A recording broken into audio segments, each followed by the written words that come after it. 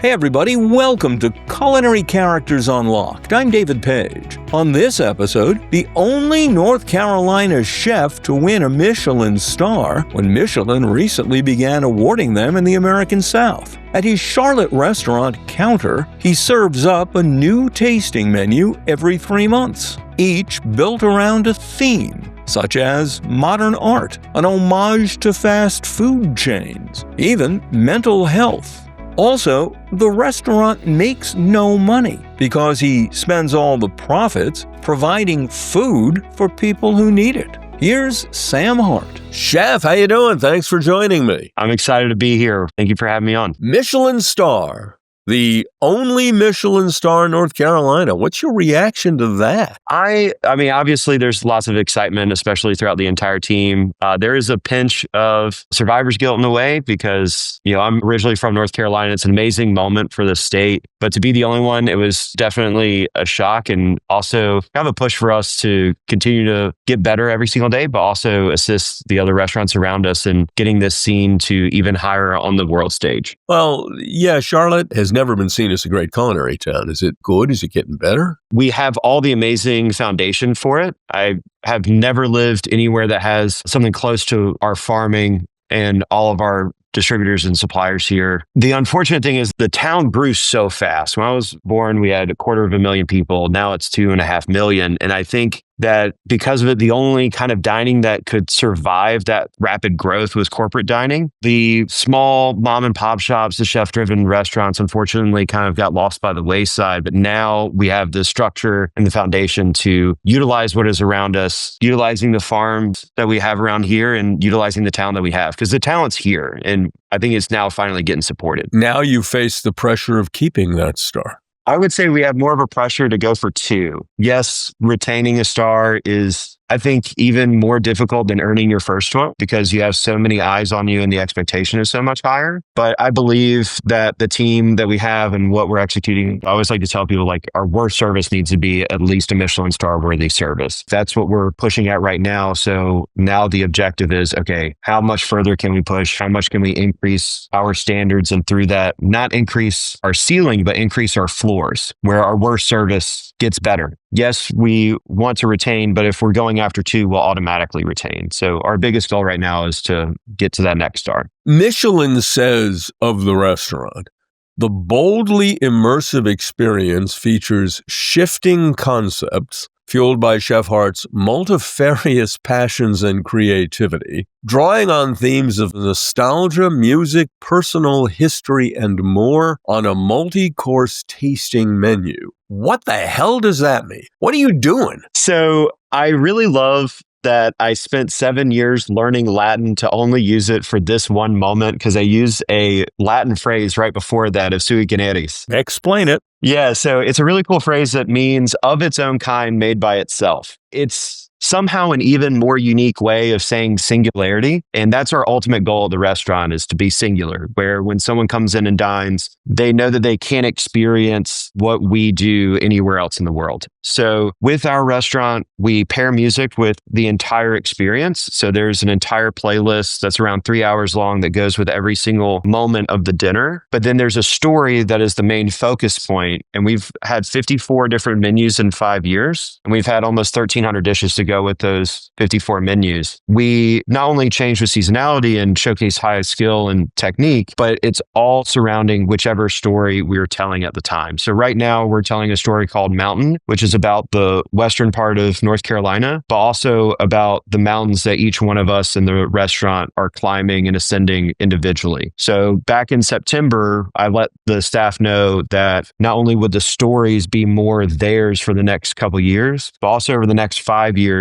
I was going to pass out around 60% of the ownership of the restaurant to our employees if they earn it and desire it. And so this first menu of that transition is the story of this one. But we've even done stories like the last fine dining menu on the Titanic before it sank. We've done a menu that was based upon 10 books that I read in high school that I found out were banned at some point in the United States and doing dishes in honor of those books. to even a menu called Fire back when we first opened that was in honor of 10 different countries in the world and how they utilize open fire cooking for their cuisine. So it's all over the place, but every single menu is constantly focusing on Carolinian produce, Carolinian proteins, and kind of eventually attempting to create modern Carolinian cuisine. Okay, there's a ton to unpack. So much here. there, yeah. Rocking back on my heels, but let's take it one piece at a time. First of all, no menu, no dish is ever repeated. You put a theme on for 3 months and then that's it. It goes in the archives? Yes. There are a couple dishes that stay on. The big ass caviar French fry is our version of a Bojangles bow round at the bottom, and then an aerated miso hollandaise, and then a ridiculous amount of Marshallberg Farm Royal Essetra caviar from here in North Carolina. Okay, and I should interrupt here. I've read that you're a big fan of Bojangles, the fast food chain. Oh, huge. Yeah. I mean, I grew up on it and it's my favorite thing ever. So this is an homage to Bojangles. Yeah, it's some nostalgia, especially when you get people from the South that come in and dine. They freak out about it. It's great. Even Bojangles had me do a dish with them one time because of how much I love them. And the crab rice cereal, it's a base of 2 ingredients, Carolina gold rice and Carolina soft shell crab. But then we change and alter the additional flavors, textures, and ingredients, but it's technically something that's on every single menu. So why do you do a completely new menu every 3 months? The easy answer is that we get bored, but it's really that we're trying to polish and refine our skills and techniques all the time. Our biggest goal is an archaic Danish word called trek. I actually have it tattooed on my hand and we have it on all of the stuff in the restaurant. And it's this idea of pushing or pressuring or stressing in a positive momentum and showing up every day to get a little bit better. The goal is we got 90 days to take what we already think is perfect, but find a way to make it even better and to push us to get even better with all those skills and techniques. But then as soon as we think it's perfect, as soon as we think that we have it down, okay, let's use that as a new foundation to discover more techniques and new skills that we can develop and work on. With that, we've had 1,300 dishes. Every single one of them has pushed us from the previous dish to the next dish and the next dish to the next dish. You referenced the famed oysters and pearls dish as an example of what you're trying to do. Can you explain that to me? I would say that the oysters and pearls dish, which is done at where? It's per se, the French Laundry. Right. It is up there as one of the greatest dishes I've ever had in my life. I think the only things that come close, I had this insane teardrop pea dish at Hermanos Torres in Barcelona, and also in Barcelona at Disfrutar, they have this caviar donut thing. Those are the only other two that come close, but oysters and pearls is so perfect, and it looks exactly the same as what it is in the cookbook every single time. And I'm fascinated by someone who can completely hone in their craft like that and make something perfect every single time and be able to teach that to other people that work there. And for us, it's something that we admire. It would be incredible if we had a dish that could do that. But our idea is, okay, can we use those same techniques, but present it in a different package each time and change up with the seasonality? I would love if North Carolina had oysters all year long. I would love it if we could get tapioca pearls and all the ingredients that could make that dish. But with us, with all the different micro seasons, it's nearly impossible to do any dish for an entire year. We'll be right back. You talk about hyper-seasonal ingredients. What's that mean and why do you focus on it? It's the cheat code for Carolinian cuisine. We have almost 40 different micro seasons here in just the Piedmont, and throughout the entire state, it is boundless. For example, here in North Carolina, we have 3 different distinct strawberry harvest seasons. We have the first harvest season that's usually in May, and then we have the very full and bright strawberry season, which is the end of June, early July, and then there's winter tunnel strawberry season, which happens around early October. And so we'll have dishes that kind of rotate to use it when it's in peak season, but then in between that, we'll have other berries or different fruits that come into season and we'll use those instead. We plan things out to where they have a base foundation, technique, skill, for example, like a souffle, and we'll take all of the different ingredients as they come in for these 1-week seasons, 2-week seasons, and use those instead of trying to use something for an extended period of time when it's in season and not in season. So the consistency is the highest level flavor instead of the consistency being the exact ingredient. And you're planning months ahead, right? Oh, we're planning years ahead. This is where you really find out that we're crazy. Every single one of our remaining 71 menus left, we have it planned out. We close September 9th, 2032, and every single menu that we have between now and then, we have the structure set for it. And then we'll do a couple tweaks for sure and make some differences with the menus, but they're pretty much set in stone between now and when we close. Why are you going to close? It's the end of the story. Okay. How did the Michelin inspectors find consistency in your ever-evolving, ever-changing offerings? I think the idea of consistency gets misconstrued when it comes to Michelin because, to go back to the previous restaurant that we were talking about per se, when I dined there, they let me know that there was a couple dishes that were different yesterday than today, and then a couple dishes that are going to be different tomorrow. And it's more of the consistency of product as far as, are we consistently giving you the absolute highest level produce? Are we giving you the highest level technique? Is it consistent from one guest to another? Is it consistent between the beginning of the week and the end of the week? And are we consistent with our hospitality, or are we consistent with the storytelling? So I think that's the more important element of consistency. I don't think they're truly looking for the exact same menu every single day throughout the entire year, because another element that they look for is unique and specialty ingredients, which for us, the unique and specialty ingredients is the produce. We firmly believe that the hundreds of different native varietals of sweet potatoes are just as unique in North Carolina as getting muskmelon in Japan. So for my point of view, and I think if you look at who they're giving Michelin stars to now and who unfortunately they're removing Michelin stars from, I think the most important thing for them when it comes to consistency is the consistency of having high level product and high level flavor, not having the exact same dish every single day. Tell me about your efforts, 501c3 and otherwise, to get food to those in need. That's the whole reason why the restaurant exists. What is? To end food insecurity here in specifically West Charlotte. It's a problem that never should have existed in the first place. I mean, the produce that we have around here and the amount of wealth, especially in this city, there's multiple Fortune 100 companies that are based here. There's no reason why anyone should be hungry, let alone over 100,000 people. So every single dime that we've ever made since we opened has gone to assist 501c3s in this region in ending food insecurity, which every single Tuesday morning, we partner up with The Bulb, which is a mobile market, and we bring around 1,500 pounds of fresh produce that we get from farms, the same farms that we use for our menu, and we give it to those who are in food insecure neighborhoods here in West Charlotte. So we feed around 400 people, which is still such a drop in the bucket in comparison to how many people are food insecure. But our goal is to add more and more awareness to it so then more and more people understand how easy it is to solve this problem. And then our goal by the end of the restaurant is that us, along with a few other partners, were able to end food insecurity here in Charlotte forever. Well, you were quoted as saying,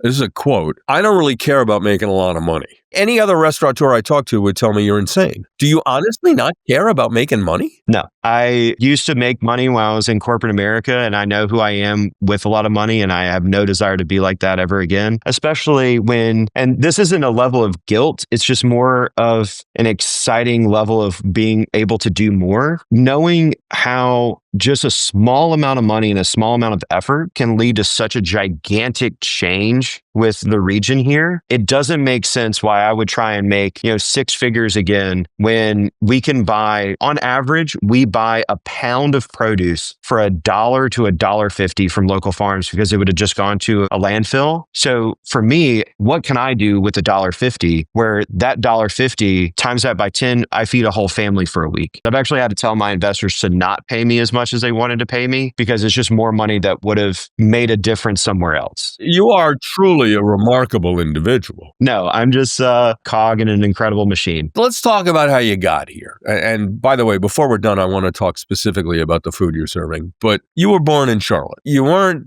on the culinary path, were you? Was food a big deal? No, I cooked my first meal for myself when I was 21. Out of necessity, right? Yeah. So I was out in Utah, didn't have any money, and yeah, you followed a girl, right? Yep. You know it. I followed her out there. I was engaged to her for one day, and then all of a sudden I was living out of my car in a hotel for the next 3 weeks.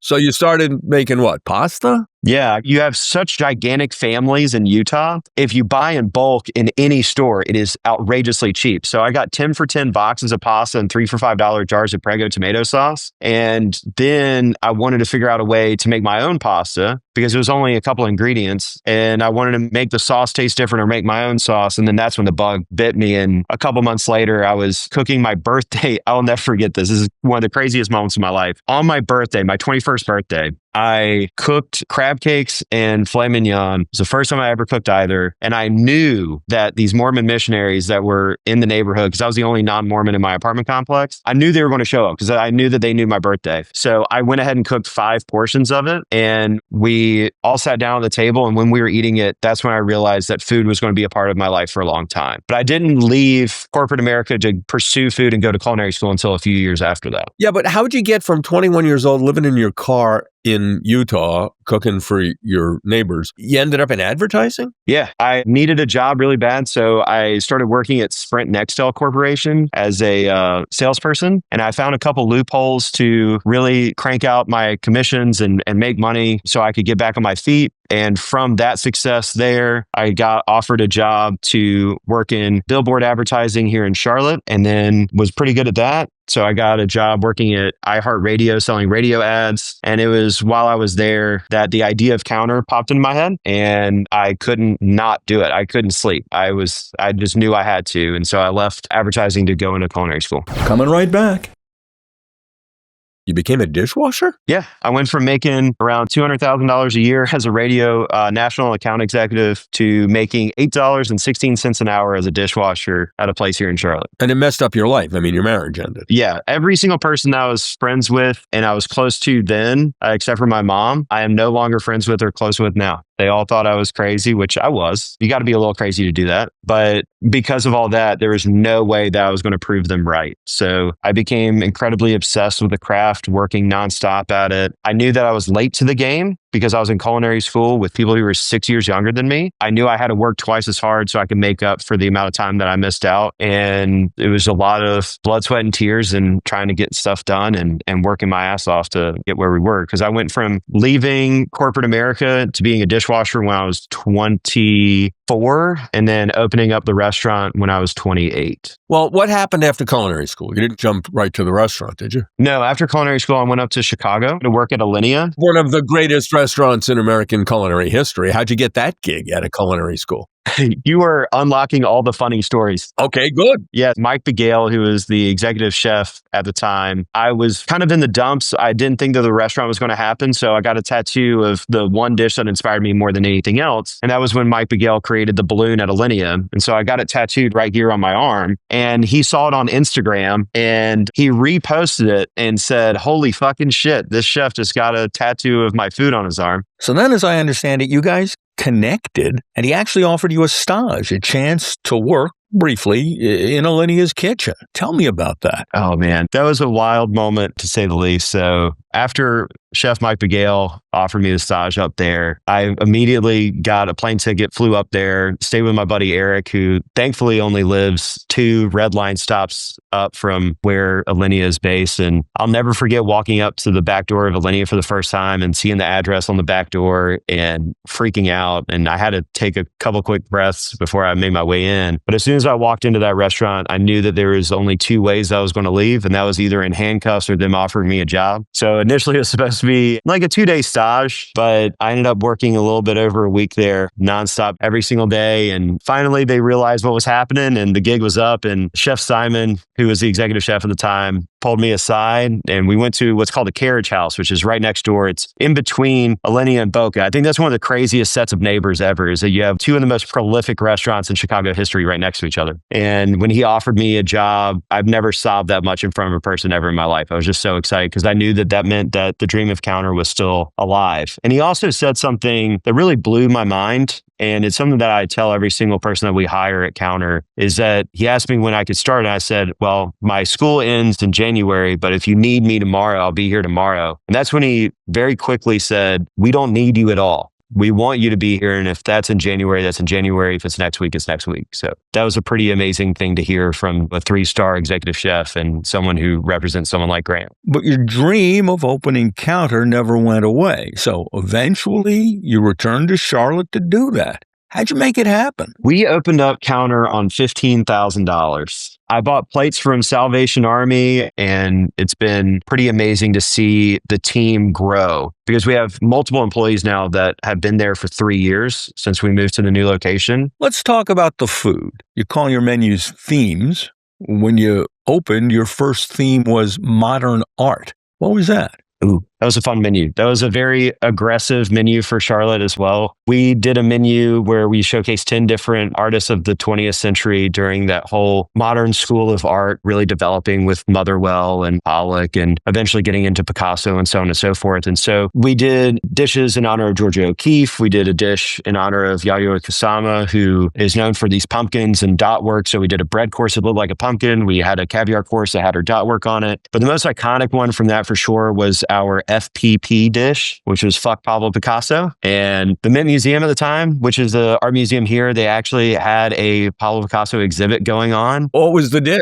It was to look like Cubism and use the same color palette that people believe is his, but then it switched on a dime, and it was actually in honor of his wife for quite some time, like 2 decades, and mother of a couple of his children, Francoise Gillot, who also unfortunately had to go through quite a bit of domestic violence during that relationship. But most importantly, in my mind and everyone else's mind that was there, she's the better artist. But Pablo kept on pushing her away, not allowing her in the galleries that he was in. And so we wanted to do something that represented how beautiful of a person and artist that she was and is. And she got to live to be 100 and had a much happier life than Pablo. What was the food? What was the dish that represented that? So that was our main steak set. So it had purple sweet potatoes. It also had kaboka squash, strip loin, truffles, and a few other goodies that kind of have that same color palette and design and look to it. Tell me about the dishes of the mountain menu. So that's our current menu right now. Actually, today is the last day of the mountain menu. So it's a little bittersweet because it is technically the menu that we received a star with. But it's one where we're showcasing produce from up in that region of North Carolina. Throughout the year, we've gone one at a time, coast, Piedmont, and mountains. A lot of the story changed this time last year because of Hurricane Helene coming through and really devastating that region. So we were trying to support as many farms and vineyards as we could. So that's also why we have a new wine pairing called the Regional Pairing specifically for this menu, where we're showcasing all of those vineyards up in the mountains that got hit incredibly hard by the hurricane. But I would say the most iconic dishes on that is the souffle utilizing cheeses that we get from up at fromageries in the mountains, as well as a showcase of apples. Well, back up. Souffles representative of Carolina cuisine? Yeah. Our biggest goal is to really try to showcase how beautiful the ingredients are here through techniques that people are pretty familiar with. So Chef Faith, our pastry chef, she told me the most batshit idea that I've ever heard from a cook, and that is that she wanted to make all minute from scratch souffles for 18 people at one time. So it goes from eggs to in front of a guest in less than 30 minutes, but it showcases eggs from North Carolina. It showcases 2 different cheeses, a fromage blanc and a chèvre coming from here as well. The blueberry compote that's on top is from the end of harvest season of blueberries later in the summer. Everything is from here, but it's a way that you can get an idea of how delicious these cheeses, fruits, vegetables are in this region through a common language of that souffle. What are the dishes of the color menu? So the color menu was definitely most focused on evoking emotion. It was based upon my personal mental health battles and struggles, but also working to conquer them now. And they were 10 monochromatic dishes showcasing 10 different emotions, including one which it was in honor of anxiety, where we turned all the lights off. The dish was entirely black and then we set it on fire. And I even had flavors on that dish that seemed familiar yet odd. And so it was salt roasted beets with grilled mackerel and tapioca and a barbecue sauce. And it was just a weird combination that worked, but you had no idea what it was. And we even had the plates designed, because all of our plates are from local ceramicists. We even had a plate design that made a noise when you were cutting into it that drove anxiety as well. But we also had dishes where we had a watermelon dish for red that had a little bit of spice and aphrodisiacs in it to inspire the feeling of love. So there was just kind of these very wild pinball effects with your emotions, with your palate, and even with the color during that menu. What is the new menu? So the upcoming menu is called Home. And this is when we really start publicly showcasing what we're trying to do over the next 5 years, which is create modern Carolinian cuisine. You know, a lot of people have looked at Appalachian cuisine. A lot of people have looked at low country cuisine, but where we have so much beautiful diversity of produce is here in the Piedmont. And so the next menu of Home is showcasing this specific region, but also our fermentation and preservation program that we've really ramped up over the past year. So they get to to revisit the entire calendar year and all the different harvest seasons through that fermentation and preservation program. With dishes such as? Some of the dishes that we're going to be doing on there, for example, we are going to be doing I don't want to give away too much, but we're going to be doing a version of one of our signature dishes, which is crab rice cereal. But we are going to be utilizing some of the leafy greens that we preserved before, turning that into a puree to be the base of a risotto instead of our classic crab rice cereal. But the biggest element of the story is telling them the difference between house and home, and how even though so many people who work at the restaurant are from different regions of the country and different regions of the world, how we are creating a home here and creating that joy within our neighborhood. Tell me about the drive-through menu. I don't know what it is, but I love the title. The drive-through menu was all of our favorite fast food throughout the country and our spin on it. We did a version of an Arby's roast beef sandwich as our main entree, and it was a rabbit and crepinette. We gave it the flavors of roast beef for the sausage on the outside, and then on the inside was the rabbit that was roasted inside. And then we did a version of Corsi sauce and Arby's sauce as the sauces for it. Let's see here. We did a Taco Bell Crunchwrap Supreme with caviar on top of it. We did a version of a McDonald's apple pie. Remember the old days? They were the temperature of the surface of the sun? Yes. This is interesting. Hold on. You're quite conversant with various fast food items. You love Bojangles. Are you one of the high-end chefs who doesn't look down his nose at the way America eats? I wish that America ate better, but I am definitely someone who, I will tell you a story that will, I think, wrap this up in a bow. I had a World's 50 Best chairman, a big time food influencer and top OAD reviewer, and then Josh Potashnik, who just won a Michelin star for Feld up in Chicago. We all got in my car and drove to Taco Bell when we found out that Josh Potashnik had never had Taco Bell before. It's hard to find a Taco Bell virgin.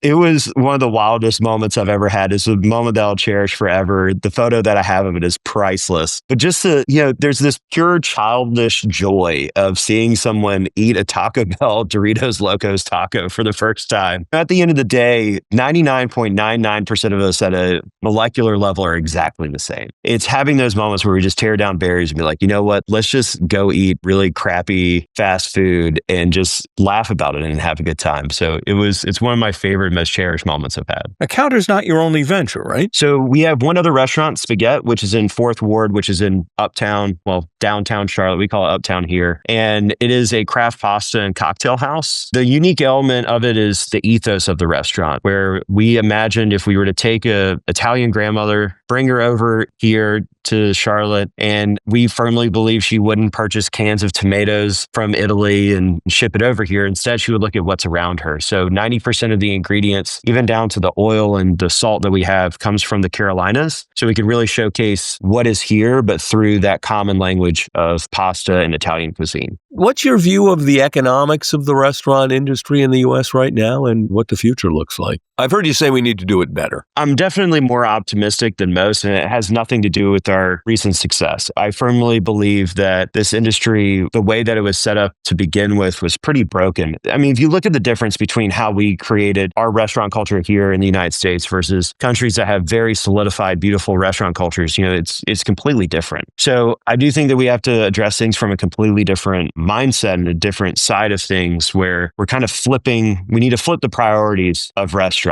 So for me, I firmly believe that we need to look more into taking care of our employees. And that doesn't just mean paying them more. It does mean making sure that they have a good wage. It also means that we give them the same benefits that any other industry has. Paid time off, make sure they have benefits, so on and so forth. And then having more of an idea of a sustainable culture that showcases the produce around you. Because not only does it usually cost exactly the same, but it leaves less of an impact on the environment, but also you're giving by proxy a better product to your customer. So I think in general, we just need to stop thinking that the guest is always right with that service mentality, which is born out of slavery and servitude. So instead look at hospitality, which is we are going to generate with the information that we know and the conversations that we've had with you, we're going to generate the best possible experience for you, whether you realize that that's what you were looking forward to or not. Because that's when you can surprise the guests. That's when you can take better care of the people that are within your building and make something more special. The immigration issue, your thoughts? Well, first off, you got to look back at how immigration started, right? Anyone who looks like me and you, we're the immigrants in this situation. Unless you're one of the 1 to 2 million Native Americans that are here, then you're an immigrant. And we were frankly the worst kinds of immigrants. We do a lot of work with the indigenous cultures here and nations in the Carolinas. And it's horrifying to talk with the Cherokee, where 90% of their entire population was wiped out in a short period of time. And they don't even have any type of written record of recipes and things with history that we could work with them and talk to them about when we were doing menus in their honor. And so then you look at what we're doing now, where we're trying to erase people who are really the whole reason why this country exists. I mean, you go to these farms, you go to all the industry jobs that people like you and me, we don't want to do. And they're the ones working their butt off the most. And so if this continues the way that it is, which I'm more optimistic than most, that I think that people are going to realize that we're doing something terrible right now. I think that if this continues the way that it's going, it's not just going to cripple the hospitality industry. It's going to cripple every single industry that exists here in the United States. Yet you say you're optimistic. I'm optimistic because I think deep down, it's going back to how 99.99% of you and me are exactly the same. I think at the end of the day, people are going to realize, oh man, we are screwing up. Either it's going to be from a moral and ethical standpoint. I mean, some of them are just unfortunately going to realize it through a business standpoint. But I think we're going to realize, oh man, these are the people who have been working the hardest and actually care the most about achieving the American dream. To me, the greatest Americans are the ones who immigrated over here and proved to us what is capable in our own country here and sharing it with us and really taking on our flag to be theirs. Those are the most inspirational people. So I think there's going to be a change of heart. I think we're actually going to admit,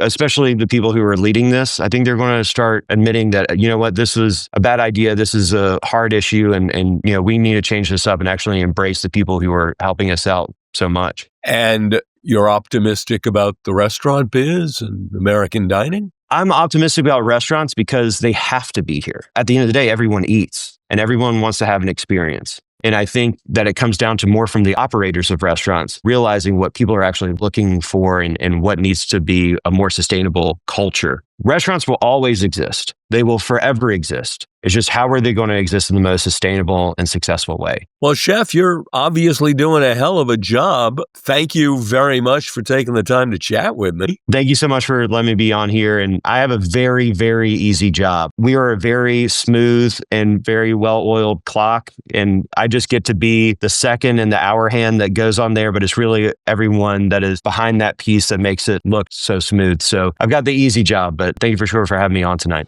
Well, that's laudable modesty. I must say, congratulations again on that Michelin star. Thank you, David. I greatly appreciate it. Sam Hart on Culinary Characters Unlocked. I'm David Page. I'll see you next time. And check out the Culinary Characters Unlocked Substack.